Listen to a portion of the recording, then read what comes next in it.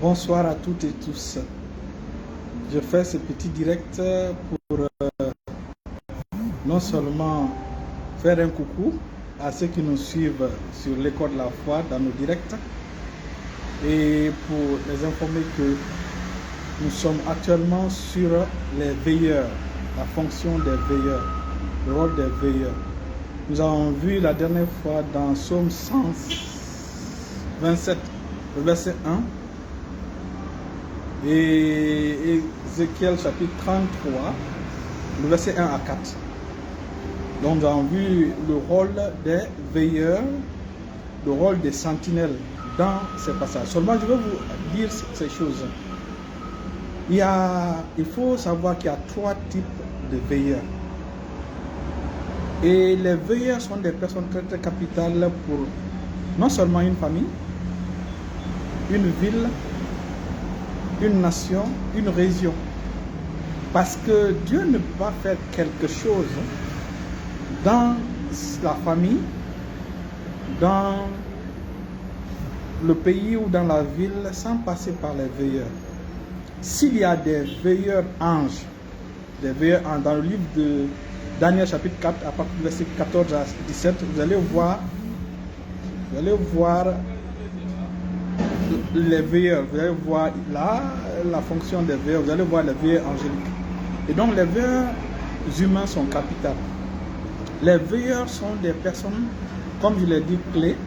Ce sont des personnes, tant qu'ils sont là, l'ennemi ne peut rien, Satan ne peut rien. Ce sont des personnes en fait, ce sont des agents de Dieu qui détectent le programme de l'ennemi contre une famille, le programme de l'ennemi contre un pays, le programme de l'ennemi contre une région, une famille. Ce qu'il faut retenir, c'est que s'il n'y a pas un veilleur, la Bible déclare que s'il n'y a pas un veilleur sur une famille, qu'on dise malheur à la famille, c'est-à-dire qu'on dit oh à la famille, qu'on dise oh à la ville, qu'on dise oh au pays. Pourquoi? Parce que quand vous voyez dans Matthieu chapitre 13, à partir du verset 24, 25, 26, vous voyez les gardes, les veilleurs sont des gardes. Les gardes, tant que les gardes n'étaient pas endormis, l'ennemi ne pouvait pas venir s'aimer dans le champ du semeur. Mais lorsque les veilleurs se sont endormis, c'est là l'ennemi est venu entrer sans être défié pour s'aimer ce qu'il voulait, pour s'aimer livrer. Donc, le rôle des veilleurs est capital. Lorsque les veilleurs, les gardes sont réveillés, les veilleurs sont des intercesseurs, les veilleurs sont des prophètes, les veilleurs sont, on appelle ça des peuples prophétiques. Et dans Actes chapitre 2, le verset 17 le verset 16 à 17, vous voyez que Dieu dit en ces derniers temps, je répandrai mon esprit sur toute chair. Il dit vos fils et vos filles prophétiseront. Donc nous sommes un peuple qui prophétise. Nous sommes un peuple dont le Seigneur utilise, le Seigneur permet d'avoir accès au secret. Vous voyez? Et donc, pour que ces choses soient actives dans votre vie, pour que tu sois un veilleur, il faut te lever dans la prière. Il faut être un intercesseur. Il faut être quelqu'un qui tombe amoureux de la prière. Il faut être quelqu'un qui aime la prière. Pas des prières de 30 minutes, pas des prières de 15 minutes, de 5 minutes. Ce sont des prières d'1 heure au minimum et de façon consistante. Lorsque vous prenez la prière au sérieux, c'est là que Dieu vous prend au sérieux. Vous prenez la prière au sérieux consistamment pendant 6 mois, 8 mois, 1 an, vous allez voir que, et c'est là l'important de Dieu, vous allez attirer Dieu. C'est vous qui attirez Dieu. Parce que Dieu va voir que vous êtes une ressource importante dans son royaume. Et là, Dieu va vous dévoiler les dossiers secrets.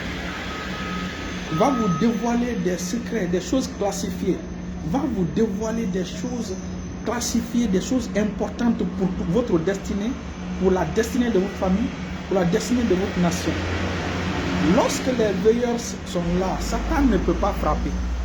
Tant que les gardes sont là, ils veillent, Satan ne peut pas frapper. C'est la raison pour laquelle j'invite, cette année, Dieu nous a donné le thème de cette année comme année de prière et de sanctification. Donc nous voulons inciter le peuple de Dieu à se lever dans la prière. Nous voulons créer une colonie de veilleurs. Nous voulons créer une colonie d'intercesseurs. Nous voulons créer une colonie de gardes qui seront là, non seulement qui seront là pour veiller sur leur famille, sur leur ville, sur leur nation, et pour permettre à ce que le plan de Dieu, le programme de Dieu, lorsque le temps, la saison de Dieu vient pour une famille, pour un peuple, pour une ville, pour que ces gens-là puissent informer le peuple, afin que le peuple soit disposé. Lorsque les veilleurs ne sont pas dans une ville, Satan peut disposer de la ville comme il veut. Les veilleurs donc ont cette fonction, ont cette importance capitale. Non seulement quand tu deviens veilleur, tu attires Dieu, mais aussi tu deviens une personne chez qui Dieu dévoile ses secrets. Et toi, puisque tu es au courant de ces secrets, si par exemple c'est un malheur, tu vas essayer, c'est-à-dire toi tu seras là pour informer le peuple, pour avertir le peuple. Voilà en résumé l'importance des veilleurs. Mais nous allons venir en détail par rapport à ça. Nous allons prendre des cas typiques dans la vie, comme déjà nous avons vu le cas de Siméon. Vous avez vu, comme j'ai dit, il y a trois types de veilleurs. Il y a des veilleurs qui détectent les activités, les plans de l'ennemi et les déjouent. Il y a des veilleurs qui détectent l'activité angélique autour d'une ville, d'une famille. Il y a des veilleurs qui détectent aussi le mouvement de Dieu, qui détectent le passage de Dieu sur une nation, sur une famille. Donc, puisque le salut d'Israël devait s'approcher, Dieu a suscité deux veilleurs qu'on connaît leur nom déjà. Dans le livre de Luc, Luc chapitre 2, à partir de verset 25, vous allez voir, la Bible parle d'un Siméon, d'un certain Siméon, et d'une certaine prophétesse Anne. Vous savez, ces personnes sont capitales. Tant qu'ils sont là, puisqu'ils savent que le programme de Dieu doit venir, ils vont se mettre à intercéder, à prier, et ainsi le programme de Dieu vient sans retard. C'est ça l'importance des veilleurs. C'est comme au temps de Daniel. Donc, lorsque les 70 ans de captivité d'Israël devaient terminer, Daniel, avant que ça ne termine, Daniel étant un veilleur, s'est lancé dans l'intercession solide, afin que son peuple soit délivré. C'est la même chose. C'est la même chose pour une famille, pour une ville, pour une nation. Donc, il est important que le peuple de Dieu se lève sur la plateforme de la prière. Comme on a dit, cette année, c'est année de prière et de sanctification. Nous devons prendre la prière au sérieux. Beaucoup ratent leur visitation, beaucoup ratent leur saison, beaucoup ratent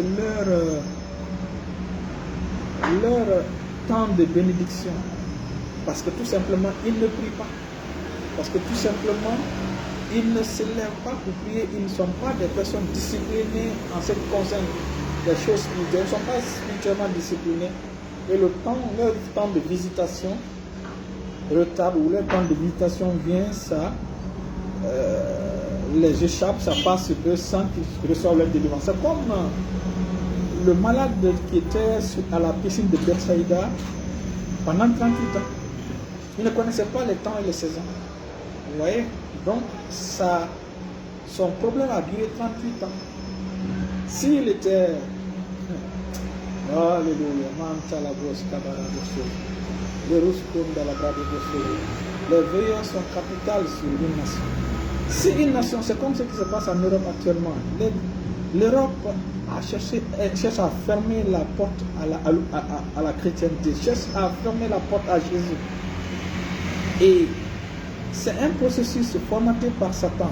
C'est comme dans des familles. Lorsqu'on n'accepte pas Jésus entrer dans une famille, lorsqu'on n'accepte pas Jésus entrer dans une ville, dans un pays, les veilleurs qui sont là vont finir par dormir. Quand ils meurent, la génération qui viendra, Cette génération, on va les dire, oh, oh, c'est-à-dire malheur à cette génération. Pourquoi? Parce qu'il n'y aura personne pour les avertir, il n'y aura personne pour pouvoir les avertir afin qu'ils se lèvent pour prier, qu'ils se lèvent pour se repentir. Où il n'y a personne, ils vont vivre comme ils voudront. Et le jugement de Dieu va les surprendre subitement. Ou le jugement de Satan le malheur de Satan va les surprendre subitement. C'est la raison pour laquelle il est important que les enfants de Dieu commencent à prier. La prière n'est pas une clé, la prière c'est notre vie. La prière c'est notre vie. Je vais arrêter de donner mon exemple. Moi je prie chaque jour. Mais je ne vais pas donner le nombre d'heures actuellement, je ne vais pas donner le nombre. Mais je prie chaque jour. Chaque jour que Dieu fait. Chaque jour que Dieu fait, j'ai ce temps consacré à l'éternel, à m'entretenir avec vous. Voilà pourquoi l'ennemi ne peut pas vous surprendre. Voilà pourquoi l'ennemi ne peut pas. Ne peut pas. Vous savez, la Bible déclare qu'il dit toute âme forgée, toute âme forgée contre toi. Pardon, toute âme forgée contre toi. C'est la âme de fou. Il faut savoir qu'il y a des armes forgées contre les gens. Il y a des armes qui sont forgées contre les gens. Il y a des armes qui sont forgées contre les familles. Des armes qui sont forgées contre les villes, contre les peuples. Mais s'il y a un veilleur, ce veilleur-là va les avertir et ce veilleur-là sera... Vous savez, quand il y a un veilleur peut te permettre à ce que tu ne rates pas ta grâce, ta visitation. Un veilleur peut te permettre à ce que ta vie soit prolongée parce que Dieu passe par lui pour t'avertir. C'est comme Ninive. Dieu a passé par Jonas malgré que, voilà. Mais ça a prolongé la vie. Ça a prolongé parce que le peuple de Ninive s'est repenti. Vous voyez? Donc, il est important aujourd'hui.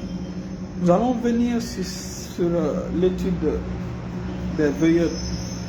Nous allons prendre cette étude au sérieux et nous allons rester sur ce thème toute cette année pour que les gens aiment la prière et commencent vraiment à prier effectivement, à prier solidement. Parce que Dieu veut sauver ta famille, Dieu veut sauver ta ville, Dieu veut sauver ton pays. Mais si tu ne te lèves pas, si tu attends qu'on chasse Christ de ta famille, qu'on chasse Christ, toi-même tu chasses, tu ne pries pas, tu vas s'endormir dans ton bateau. Ne permettons pas qu'on chasse Christ dans notre famille. Ne permettons pas qu'on chasse Jésus dans notre vie, dans notre pays. Si vous le faites, la nation est condamnée. La ville est condamnée. Le pays est condamné. Donc, je me limite là et j'encourage vraiment ceux qui nous suivent de s'abonner sur ma page, ma chaîne YouTube Élie Sagnon ou l'école de la foi. Et je compte sur cela vraiment afin que je puisse commencer à faire mes directs sur YouTube. Et je vais terminer par ceci. Lorsque vous devenez enfant de Dieu, vous n'avez pas besoin de passer par une délivrance pour votre nom. Vous n'avez pas besoin de passer par la délivrance de nom, délivrance de tel, délivrance de monime, délivrance de ceci, délivrance de cela. Sauf si votre nom a une mauvaise signification.